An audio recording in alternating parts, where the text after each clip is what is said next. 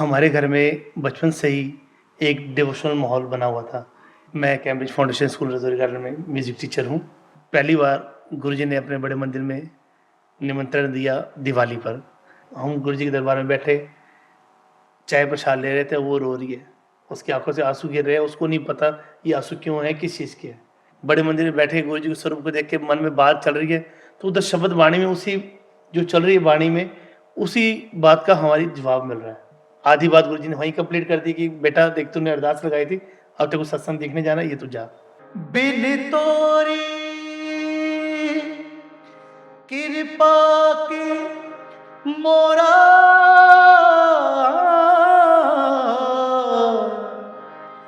जीवन है किस कारी ओ डुगरी के महाराजा मैं हूँ दासी तिहारी।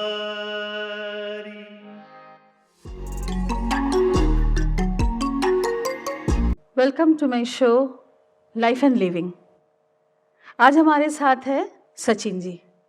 सचिन जी से सुनेंगे उनका इनिशियल जर्नी। सचिन जी, आप बताएं। सबसे पहले तो मैं थैंक्स कहूँगा लाइफ एंड लिविंग चैनल में सुनित्रा जी का, जिन्होंने मुझे बुलाया यहाँ पर। और इनिशियल जर्नी के बारे में मैं आपको बताना चाहूँगा। मेरा बर्थ प्लेस दिल्ली है। दिल्ली में रमेश नगर में मेरा जन्म हुआ और मेरी स्कूल लाइफ रमेश नगर में सारी भी थी। सारे फ्रेंड्स वगैरह के साथ मालिक के करम से बड़े अच्छे लाइफ भी थी जन्म मेरा। हमारे घर में बचपन से ही एक डिवोशनल माहौल बना हुआ था। मेरे पिताजी, मेरी माताजी, मेरी दादी जी, मेरे दादाजी सभी परमात्मा से कनेक्ट से। बचपन में ही हमारी दादी हमें जपजी साहिब का पाठ सुनाया करती थी। मेरे पिताजी माताजी के भजन, मम्मी कीर्तन में जाती थी, कीर्तन के भजन, सब चीज़ का एक डिवोशन, एक पार्ट से हम जुड़े हुए थे बचपन से ही। और धीरे धीरे कनेक्ट होते रहे संगीत से। फिर हमारे पिताजी ने हमें संगीत में आगे बढ़ने के लिए, विद्या ग्रहण करने के लिए धीरे धीरे हमारे जो गुणीजन सीनियर आर्टिस्ट हैं उनसे हमें मिलवाया। धीरे धीरे संगीत का ज्ञान मालिक के करम से थोड़ा बहुत जो भी आज है सब गुरुजनों की देन है। अभी हम जानना चाहेंगे आपसे आपके करियर जर्नी के बारे में। क्या करियर आपने चुना, कहाँ पढ़ने गए? जब स्टडी स्टार्ट हुई तो बचपन में शौक तो बहुत था और धीरे धीरे जुड़ते जा रहे थे हम। पर 10th क्लास में आकर मैंने प्रोफेशनली मालिक के करम से अपना डिवोशनल फील्ड में सबसे पहले वाद्य यंत्र, तबला, ढोलक, इसका ज्ञान लेके मैंने प्रोफेशनली स्टार्ट किया और धीरे धीरे उसमें तरक्की मिली। मेरे गुरुजी जिन्होंने टिंकू जी, जिनसे मैंने ढोलक की विद्या ली, मालिक के करम से हर एक क्षण को उन्होंने मुझे सिखाया। पहले रिदम साज, जो ताल संगीत के लिए बहुत ज़रूरी होती है, ताल का ज्ञान मिला, साथ के साथ सुर का ज्ञान मिला। हमारे गुरुजी सुमन गोस्वामी जी, उनसे मुझे सुर का ज्ञान मिला। धीरे धीरे करके संगीत की लाइन में हम आगे की तरफ बढ़ते रहे। सोचा लाइफ में कुछ और था बनने का, पर धीरे धीरे प्रोफेशन मालिक शायद यही चाहते थे कि अपनी ओर खींचना है, तो उसी तरफ ही हमारा इंटरेस्ट ज़्यादा बना रहा और हम संगीत की दुनिया में इसी तरफ आते। मैं कैम्ब्रिज स्कूल में, Cambridge foundation school Rajouri garden में म्यूज़िक टीचर हूँ और मुझे वहाँ पर जॉब करते हुए 25 साल हो गए। और कई छोटे छोटे बच्चे जो हमसे सीखते थे, आज उनकी शादी हो गई, बच्चे भी हैं, पर उनके आज भी कॉल आते हैं कि सर आपसे सीखने के बाद हमें खूब तरक्की करी। और एक जब हम स्कूल में बच्चों को सिखाते हैं तो एक इंटरेस्ट पैदा रहता है कि हमारे अंदर कि कुछ नया कराया जाए, कुछ वेरिएशन नया डाला जाए। जितना हमें आता है कोशिश पूरी करी जाती है कि बच्चे उस चीज़ को सीखें। इट्स वेरी इंटरेस्टिंग, बहुत अच्छा लगा सुन के। इसके बाद हम जाते हैं आपके प्रोफेशनल जर्नी में। जो मेरा प्रोफेशनल फील्ड में करियर स्टार्ट हुआ तो मैं जब 10th क्लास में था तब से म्यूज़िक फील्ड में जुड़ा और धीरे धीरे आगे की तरफ बढ़ते रहे। सबसे पहले मुझे रिदम का ज्ञान मेरे गुरुजी टिंकू जी से मिला। उसके बाद सुर का ज्ञान हमारे गुरुजी सुमन गोस्वामी जी से मिला और धीरे धीरे हम डिवोशनल फील्ड में आगे की तरफ बढ़ते रहे। उसके बाद 2000 में जब हम अब्रॉड के लिए निकले तो 1 बाय 1 बाहरी हमारे टूर लगते रहे। अलग अलग सिंगर्स के साथ। आफ्टर मैरिज मेरे को जब मन बनाया कि मेरे को अब दिल्ली में ही परफॉर्मेंस देनी है, तो मैंने स्कूल ज्वाइन करा, स्कूल में जॉब ज्वाइन करी।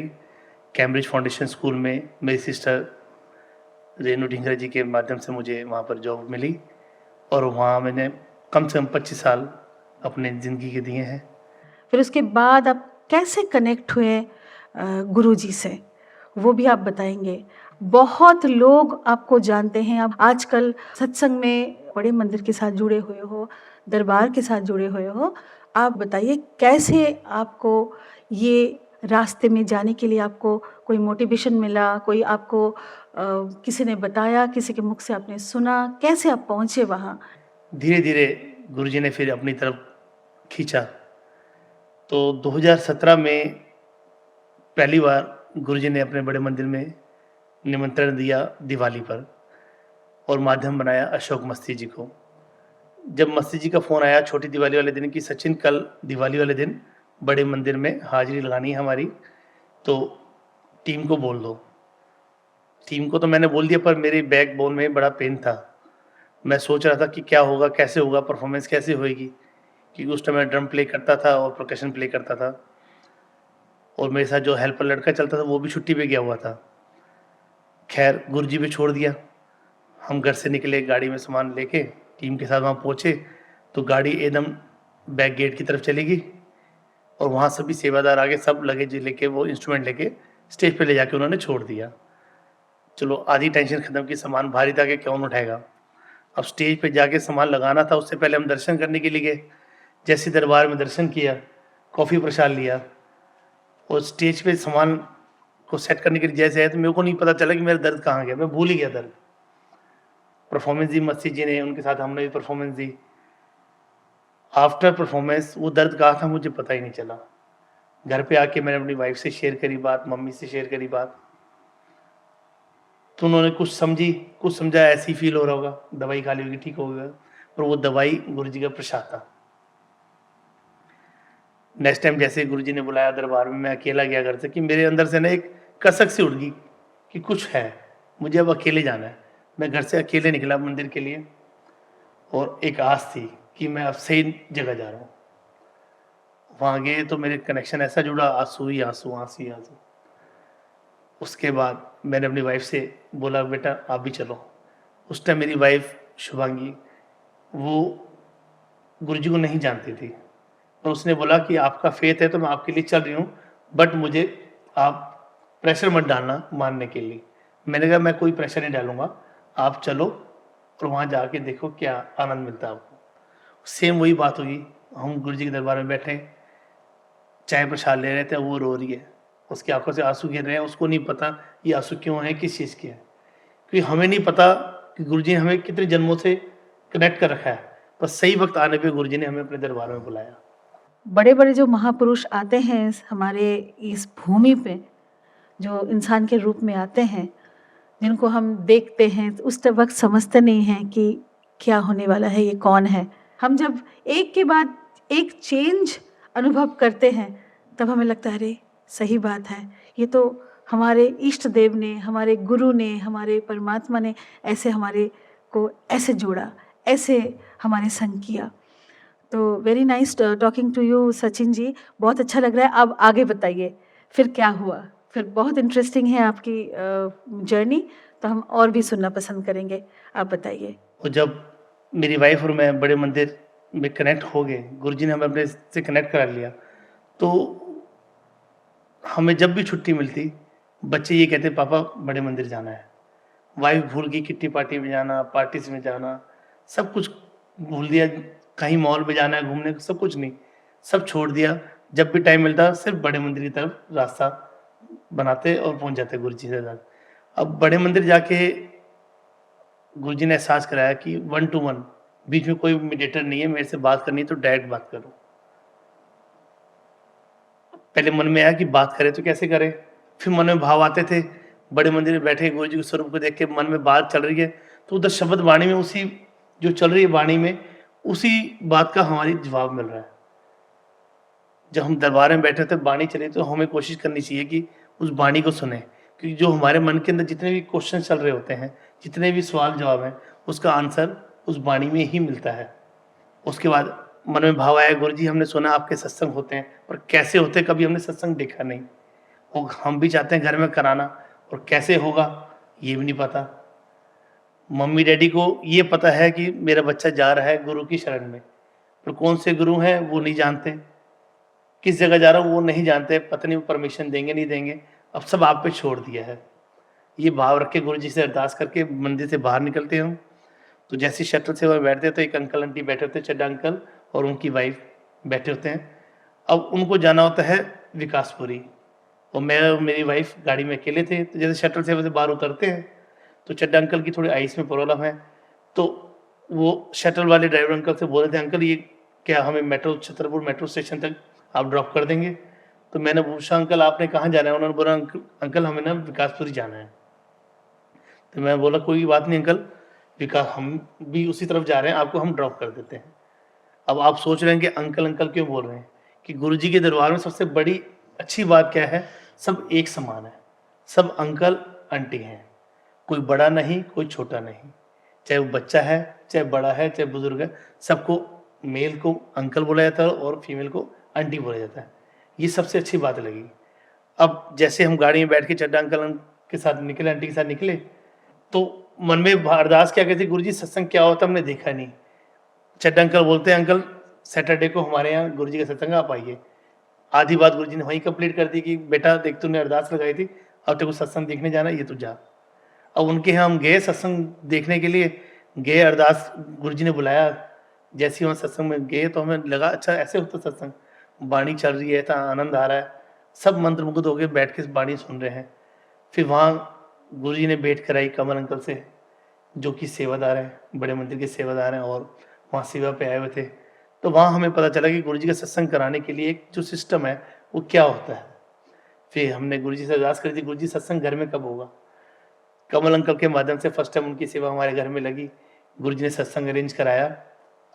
और एक अरदास और करी थी मैंने गुरुजी से कि गुरुजी मैं चाहता हूँ हमारे घर में आपका सत्संग हो और हमारा पूरा परिवार आपका लंगर प्रसाद एक साथ बैठ के ले। घर में सत्संग कराया गुरुजी ने और घर के सभी सदस्यों को बुलाया, परिवार आया, उन्होंने भी सुनी वाणी सुनी, सबको बड़ा अच्छा लगा, बड़ा आनंद आया। और जिस टाइम लंगर प्रसाद कर रहे थे, मैं तो ये बात कह के भूल गया था, उस लंगर प्रसाद करते टाइम गुरुजी ने थोड़ा डाला और मैं गुरुजी के स्वरूप को देख रहा हूँ और अपने घर में मेरे आंसू निकले जा रहे हैं कि मालिक कितने नज़दीक हैं, कितने करीब होकर हमारी बात सुनते हैं। पर हम सोचते हैं फिर भी कोई मीडिएटर होना चाहिए कि आप गुरुजी से मेरी अरदास कर दो। तो अरदास से गुरुजी ने ये चीज़ सिखाई, अगर आपको कोई प्रॉब्लम हो रही है तो आप उस प्रॉब्लम को डायरेक्ट मालिक से कहें, ना कि किसी मीडिएटर को बोले कि मेरी अरदास ये गुरुजी के चरणों में लगा दो कि मुझे घर पे बुला लें, या मेरी ये प्रॉब्लम मेरी ये बीमारी ठीक कर दें। बीमारी ठीक करने का सिर्फ एक ही मात्र साधन है, सिमरन, जो कि गुरुजी ने हमें सिखाया हमारी इस जर्नी में। सिमरन एक ऐसा माध्यम है जो हमें गुरु के नज़दीक ले जाता है। अगर कल को कोई आपसे कह भी रहा है, कोई अपनी नेगेटिव बात बता भी रहा है, तो उसको ये बोलो तेरे को ठीक होना है तो मेरे को मत बता, क्योंकि तेरी बात का जवाब मेरे पास नहीं है, इस बात का जवाब सिर्फ मालिक के पास है। तो डायरेक्ट गुरुजी से कर और सिमरन कर। जितना आप सिमरन करेंगे, डायरेक्ट कनेक्शन बनाएंगे, आपका डायरेक्ट कनेक्शन उतना ही स्ट्रांग होता जाएगा। ऐसे कई छोटे छोटे सत्संग है जो गुरुजी ने प्रैक्टिकल किए हमारे साथ, और धीरे धीरे एक एक चीज़ को सिखाया कि सत्संग में सेवा कैसे की रह जाती है, क्या क्या उसके पार्ट होते हैं सेवा के। गुरुजी ने पहले सत्संग में भेजा सेवा करने के लिए, सेवा करते करते गुरुजी ने थॉट डाला तेरे को गाना है, भजन गाने। गुरुजी का भजन रेडी कराया, फिर गुरुजी ने अपने दरबार जन्नत दरबार में गुरुजी निवास में हाजिरी का मौका दिया। वहाँ से फिर हमारी ये स्ट्रगल पीरियड स्टार्ट हुआ कि गुरुजी के सत्संग करने हमने स्टार्ट किए। मैं, मेरा छोटा ब्रदर अरुण, हम सब ने मिलकर वहाँ पर हाजिरी लगाई, और तब से गुरुजी ने ऐसा जोड़ रखा है कि हम गाने बैठते हैं, क्या गाना है हमें नहीं पता, पर वो बैठे हैं गवाने वाले। जिस टाइम वाणी चल रही होती है गुरुजी थॉट डाल देते हैं, आज मैंने ये सुनना है, ये सुनना है, ये सुनना है। हम उस सेट लिस्ट बनाते जाते हैं, ऐड करते जाते हैं कि आज ये सुनाएंगे गुरुजी को। घर से सोच के आते हैं, उसमें गुरुजी कैंसिल करा देते हैं और अपनी मर्जी का गुरुजी ऐड करा देते हैं। इस पर एक छोटा सा सत्संग शेयर करना चाहूँगा। जन्नत द्वार में सत्संग था, हम बैठे घर से सोच के आए थे ये सुनाएंगे गुरुजी को। वाणी चल रही थी, गुरुजी ने थॉट डाला कि आज मैंने ये सुनना है, अर्ज़ी सारी अपने माथे पे लिख के लाया हूँ, तुमसे क्या माँगूँ तुम खुद ही समझ लो मौला। थॉट डाला, मैंने अपने ब्रदर अरुण से बोला कि आज ये गा इसी से स्टार्टिंग करेंगे, मन में आ रहा है। और जैसे ही हमें गाने का मौका मिला, संकीर्तन स्टार्ट करने का मौका मिला, हमने स्टार्ट किया गुरुजी का नाम लेके। तो ये एक आंटी आई, दरबार में मस्तक टेक रही थी, वो खूब ज़ोर से रोने लगी, खूब ज़ोर से रोने लगी। आफ्टर सत्संग हमने आंटी से मिले, आंटी क्या बात होगी, आप क्यों रो रहे थे? तो उन्होंने बोला, अंकल आपको नहीं पता आज मेरे साथ क्या हुआ, मैं एक मोमडन लेडी हूँ और गुरुजी के दरबार में पहली बार आई हूँ। वो कहते हैं भगवान को जिस रूप में चाहो वो उस रूप में दर्शन देते हैं। तो जैसे मैंने दरबार में आके मस्तक टेका, उधर आपने स्टार्ट किया कि अर्जियां सारी मैं अपने चेहरे पे लिख के लाई हूँ, तुमसे क्या मांगू तुम खुद ही समझ लो मौला, मौला मौला मौला मेरे मौला। तो गुरुजी ने मेरे को मेरे धर्म के अकॉर्डिंग ब्लेस किया, और मैं उस टाइम इसलिए रो रही थी कि मालिक कितने दयालु हैं। ऐसे कई सत्संग हुए, गुरुजी अपने थॉट डालते हैं सत्संग में, आज ये सुना, सोच के कुछ जाते हैं, तो होता वो ये जो उनकी मर्जी होती है। अभी भी हमारा शो खत्म नहीं हुआ है। सचिन जी से एक शब्द वाणी हम सुनेंगे आज। जरूर सुनित्रा जी, गुरुजी का नाम तो जितना ली जाए उतना कम है, पर मैं चाहूँगा जैसे गुरुजी दरबार में हमसे हाजिरी लगाते, मैं और मेरा छोटा ब्रदर हम मिलके ही गाते हैं, तो उसका रस अलग आता है। तो गुरुजी की से आज्ञा लेकर मैं और मेरा छोटा ब्रदर गुरुजी का शब्द आपको जरूर सुनाएंगे।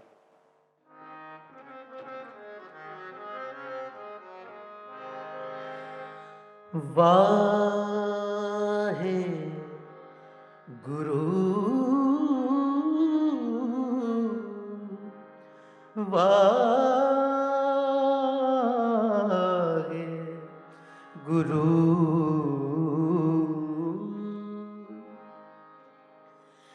बिन तोरी कृपा के मोरा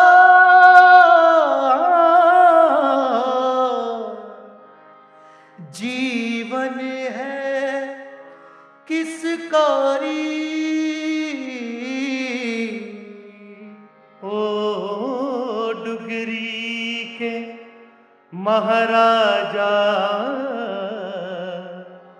मैं हूँ दासी तिहारी, मैं हूँ दासी तुम हो राजा, डुगरी वाले ओ महाराजा। मैं हूँ दासी तुम हो राजा, डुगरी वाले ओ महाराजा। कर दो नजरे करम गुरुजी मोरा रख लो भरम, गुरुजी कर दो नजरे करम गुरुजी मोरा रख लो भरम। मोरी ली जो खबरिया महाराजा, मैं हूँ दासी तुम हो राजा, डुगरी वाले ओ महाराजा। मैं हूँ दासी तुम हो राजा, डुगरी वाले ओ महाराजा। मुझे बहुत खुशी हो रही है आज सुनित्रा जी से बात कर, लाइफ एंड लिविंग चैनल में आकर, और इस शो के माध्यम से मैं संगत तक यही मैसेज देना चाहूँगा कि आप जब भी गुरुजी के सत्संग में जाएं, बड़े मंदिर में जाएं या कहीं भी सत्संग अटेंड करने के लिए जाते हैं, तो ये मत सोचिए कि वहाँ साज सजावट हो रखी है, सुंदर कपड़े पहन के जाने हैं, खाना खाना है, डिनर करना है, चाय प्रसाद लेना है, आ जाना है। कोशिश करिए जब भी सत्संग में जाएं, अपने भाव, अपने दिमाग को जहाँ हम जूते उतारते हैं वहीं रख के जाएं, अंदर जाके गुरुजी के चरणों में मस्तक टेक, नतमस्तक होकर बैठ जाएं जहाँ आपको स्थान मिलता है, और जो वाणी चल रही है उसमें ध्यान लगाएं, आपस में बातें ना करें। 2 घंटे का सत्संग होता है, उस टाइम आप अपने फ़ोन को भूल जाएं, क्योंकि आपको नहीं पता कि जो सत्संग होता है गुरुजी का, वाकई वो सत्संग गुरुजी रखवाते हैं, और किस संगत को बुलाना है ये भी गुरुजी डिसाइड करते हैं। कई संगत ऐसी होती जो सोचती है हम जाएंगे, पर वो नहीं आ पाते, आरती के टाइम तक पहुंचते। पर आपको अगर टाइम से गुरुजी बुला रहे हैं तो कुछ ना कुछ ब्लेस करना है, और वाकई साक्षात महाशिव बैठे हैं हमारे सामने जो हमें ब्लेस करने के लिए बैठे हैं, और हम साज सजावट में देख के, लोगों की तरफ ध्यान देके, किसने क्या कपड़े पहने हैं, कौन क्या बात कर रहा है, क्या प्रसाद बना है, इन बातों में, व्यर्थ बातों में अपना दिमाग लगाकर अपनी जो ब्लेसिंग्स होती है वहीं छोड़ आते हैं। तो कोशिश करिए जब भी सत्संग में जाएं, बाणी सुने, अपनी बातें डायरेक्ट गुरु जी से करें, जो भी अरदास करनी है डायरेक्ट करें, कोई मीडिएटर ना चुने कि गुरु जी से बोलो ये काम मेरा करा दें। गुरु जी आपका काम जरूरी होगा तो जरूर करेंगे, पर वो सही वक्त आने पे होगा। जो हमारे कर्मों में लिखा है काम और उस दर से मिलना है तो उसको कोई नहीं रोक सकता, पर वो हर एक चीज का समय लिखा होता है। अब ऐसे ही एक छोटा सत्संग मेरे से हुआ था, मैं गुरु जी से कुछ ऐसी डिमांड कर रहा था जो मेरे लिए नुकसान थी, पर मैं करते करते थक गया, पर वो मेरा काम पूरा नहीं हो रहा। तो मेरे मन में भाव आया, क्या गुरु जी है भी या नहीं? तो गुरु जी ने थॉट डाला ऐसा नहीं है। फिर गुरु जी ने वो बात क्लियर कराई कि ये देख, तेरे लिए ये काम अगर हो जाता तो तू आगे कितना पछताता। फिर गुरु जी ने उस जो टॉपिक था उसका पर्दाफाश किया। तब मुझे लगा कि अगर वो काम हो जाता तो मैं कितने नुकसान में चले जाता। तो ये सही नहीं है कि जो हम डिमांड कर रहे हैं वो हर बात पूरी हो। बिन बोले यहाँ सब कुछ जानता, गुरु जी को सबका पता है। बस ये है समय का इंतजार करें और अरदास करें गुरु जी से कि मालिक आपको सद्बुद्धि दें, सिमरन का दात बख्शें। उस दात के माध्यम से आप गुरु के और नज़दीक जाएं और हर एक शख्स में आप गुरु को देखें। जब हर एक शख्स में आप गुरु को देखेंगे तो कभी भी किसी शख्स से ऊंची आवाज़ में बात नहीं करेंगे। आपके अंदर से अहंकार की भावना खत्म होगी और जब आप अपने अंदर से निर्मल होना शुरू करोगे तो आप अपने आप ही गुरु के इतने नज़दीक जाओगे, आपके अंदर से ये दुनिया की मोह धीरे धीरे अपने आप खत्म होने लगेगा। बस यही अरदास है, सत्संग में जब भी जाएं यही मैसेज आप सबके लिए कि आप जाएं तो सत्संग में आप नहीं जा रहे, गुरु जी बुला रहे हैं। इस बात को समझें और सत्संग को डिसिप्लिन में रह के अटेंड करें और उस बात को समझें। और आप बड़े मंदिर के लिए भी घर से निकल रहे हैं तो समय, अगर रास्ते में आप ट्रैफिक में परेशान हो रहे हैं तो परेशान नहीं हो रहे। क्यों? क्योंकि गुरु जी ने सही समय जो आपको बड़े मंदिर में एंट्री का जिस समय बुलाना है उस समय ही बुलाना। अगर आपको गुरु जी ने 9 बजे बुलाना है और आप 6 बजे के निकले हो तो पक्का आप रास्ते में कहीं ना कहीं रुकोगे ही रुकोगे। उससे परेशान होने की बात नहीं। उस टाइम आप सिमरन करें, मालिक हमें अपने सिमरन की दात बख्शे और जो भी लंगर प्रसाद मिलता है उसको कंप्लीट करें। वो प्रसाद नहीं, आपकी ब्लेसिंग्स है। It's very nice talking to you Sachin ji. बहुत अच्छा लगा, बहुत ही अच्छा लगा कि even I am feeling so happy आप आए। आपसे एक प्रश्न करूँ, एक छोटा सा और, before we end our show. इतने सारे आपके पास सत्संग हैं, कितने मैसेज आपने दिया, ऐसी कोई बात है जो आपके लिए सबसे इम्पोर्टेंट, एक कोई इंसिडेंट कि बहुत इम्पोर्टेंट है और बहुत, मतलब वो इंसिडेंट को आप कभी भूल नहीं सकते, ऐसे कुछ शेयर करेंगे आप? ऐसे कुछ ज़रूर होगा आपके पास। कि हमारे गुरु जी इतने प्यारे हैं जो कि हमें शब्द वाणी भी सुनाते हैं दरबार में, फिल्मी गाने भी सुनाते हैं, कव्वालियाँ भी सुनाते हैं, भजन भी सुनाते हैं। तो ऐसी एक छोटा सा सत्संग शेयर करूंगा मैं जो मेरे साथ गुरु जी ने प्रैक्टिकल किया था। सैटरडे को मैं इवेंट के लिए निकला, संडे को 2 जगह सत्संग में जाना था हमने और दोनों ही सत्संग विकासपुरी में थे। तो रात को मैं 12-1 बजे करीब घर पे आया तो थका हुआ था। तो मैंने अपनी वाइफ को बोला कि शुभांगी, मॉर्निंग वाले सत्संग में आप चले जाना जो किरण आंटी के यहाँ है, और इवनिंग वाला जो सत्संग कमल अंकल के यहाँ, मैं आपको वहाँ ज्वाइन कर लूँगा। वहाँ हमने गाने के लिए नहीं जाना था, हमारी सेवा लगवाई थी गुरु जी ने, सेवा के लिए जाना था। अब मैं सोता हूँ तो सपने में, जैसे कहते हैं टेलीपैथी होती है, गुरु जी ड्रीम दर्शन देते हैं। वो कई बार ऐसा हो जो ड्रीम में दर्शन देते हैं गुरु जी, वो बात 100% ओके होती है। चाहे कोई भी ड्रीम आपका सही हो या ना हो, वो वैल्यू नहीं रखता, पर जिस ड्रीम में अगर आपको गुरु जी ने दर्शन दिए हैं तो वो आपका 100% सही है, वो आपके लिए ही है। और ये भी जरूरी है कि वो ड्रीम आपके लिए है, आप उसको शेयर कर रहे हैं तो प्लीज़ ऐसा जरूरी नहीं कि वो आप शेयर करें तो वो हर संगत उसको फॉलो करे। तो गुरु जी ने ड्रीम में दर्शन दिए और ड्रीम में क्या देख रहा हूँ मैं कि मैं एक जगह सत्संग में गया हूँ। जैसे दरबार में एंट्री करता हूँ तो राइट साइड में रोजी आंटी बैठी हैं और लेफ्ट साइड में ओल्गा आंटी हैं। रोजी आंटी गुरु जी के दरबार में जाती हैं, हेल्थी सी आंटी हैं, और ओल्गा आंटी वो हैं जो गुरु जी के टाइम की संगत हैं। आपने वीडियो देखी होगी, हेलीकॉप्टर से गुरुजी उतर रहे हैं, उस टाइम जो आंटी उनके साथ हैं वो ओल्गा आंटी हैं। तो वहाँ पर वो ड्रीम में देख रहा हूँ, रोजी आंटी बैठी हैं और ओल्गा आंटी खड़ी हैं। और जैसे मैं मस्तक टेकता हूँ तो रोजी आंटी ओल्गा आंटी से कहती हैं कि ओल्गा है ना सचिन है, ए बड़े सोहने भजन गांदा है, अजय को भजन सुनने ने। ये मैंने ड्रीम में देखा। और ड्रीम में जैसे सत्संग कंप्लीट होता वो ओल्गा आंटी अपना सत्संग शेयरिंग करती है, उसके बाद मेरे को बुलाती है, सचिन अंकल आप आके गुरुजी को सुनाइए। जैसे मैं ड्रीम में देख रहा हूँ, मैं बैठता हूँ गाने के लिए, गुरुजी फिजिकल फॉर्म में बैठे होते हैं गद्दी पर। तो जैसे मैं भजन स्टार्ट करता हूँ, कुछ एक गाना शुरू करता हूँ, तो गुरुजी कहते हैं नहीं अज ऐ नहीं सुनना, आज मैनू लहंगा सुना। कि गुरुजी हर टाइप का म्यूजिक को एंजॉय करते थे, सुनते थे और संगत को सुनाते थे। मैं गुरुजी लहंगा केड़ा कहता वही इको हील के नाल कटिया मैं 1 साल रहे। मैं गुरुजी जिन्ना आंदा सुनाना। ड्रीम में मैं गुरुजी को ये लहंगा वाला सॉन्ग सुनाया। उसके बाद 2-4 गाने गुरुजी ने और सुने, ड्रीम ओवर हुआ। अब मैं उठा, वो मॉर्निंग का टाइम था, फ्रेश हुआ, तो मैंने सोचा यार मैंने सुना गुरुजी प्रैक्टिकल कर देते हैं, और गुरुजी ने आज मेरे से क्या क्या चीज़ सुनी है। मैंने रिमाइंड किया और वो अपनी गूगल से डाउनलोड करके लिरिक्स लिख ली। मैं कहीं गुरुजी प्रैक्टिकल कर देंगे तो मेरे लिए दिक्कत हो जाएगी, वो नहीं आएगा। तो अब मॉर्निंग में जैसे बैठी ली तो मेरी आंटी ने बोला कि सचिन आप जाओगे सत्संग में। मैंने बोला पहले नहीं जाना था पर अब चलूँगा ज़रूर, पर मैंने अपनी आंटी से सत्संग शेयर नहीं किया था, क्योंकि वो सत्संग मेरे लिए था, मैं शेयर करूँ पता नहीं वो क्या समझे। मॉर्निंग में जैसे हम सत्संग के लिए गए उनके किरण आंटी के यहाँ, तो उनके घर में के बाहर साज सजावट हो रखी थी। जैसे ही अंदर दरबार में एंट्री करें, सेम वही चीज़ जो मैंने ड्रीम में गुरुजी ने दिखाई। रोजी आंटी बैठी हैं, ओल्गा आंटी खड़ी हैं। ये देख के मैं हैरान हो गया, और जैसे ही मैंने मस्तक टेका, सेम वही शब्द रोजी आंटी ने बोला कि ओल्गा है सचिन है, ऐ सोहने भजन गांदा है, अजय देखो लो भजन सुनने में। मेरे रोंगटे खड़े हो गए।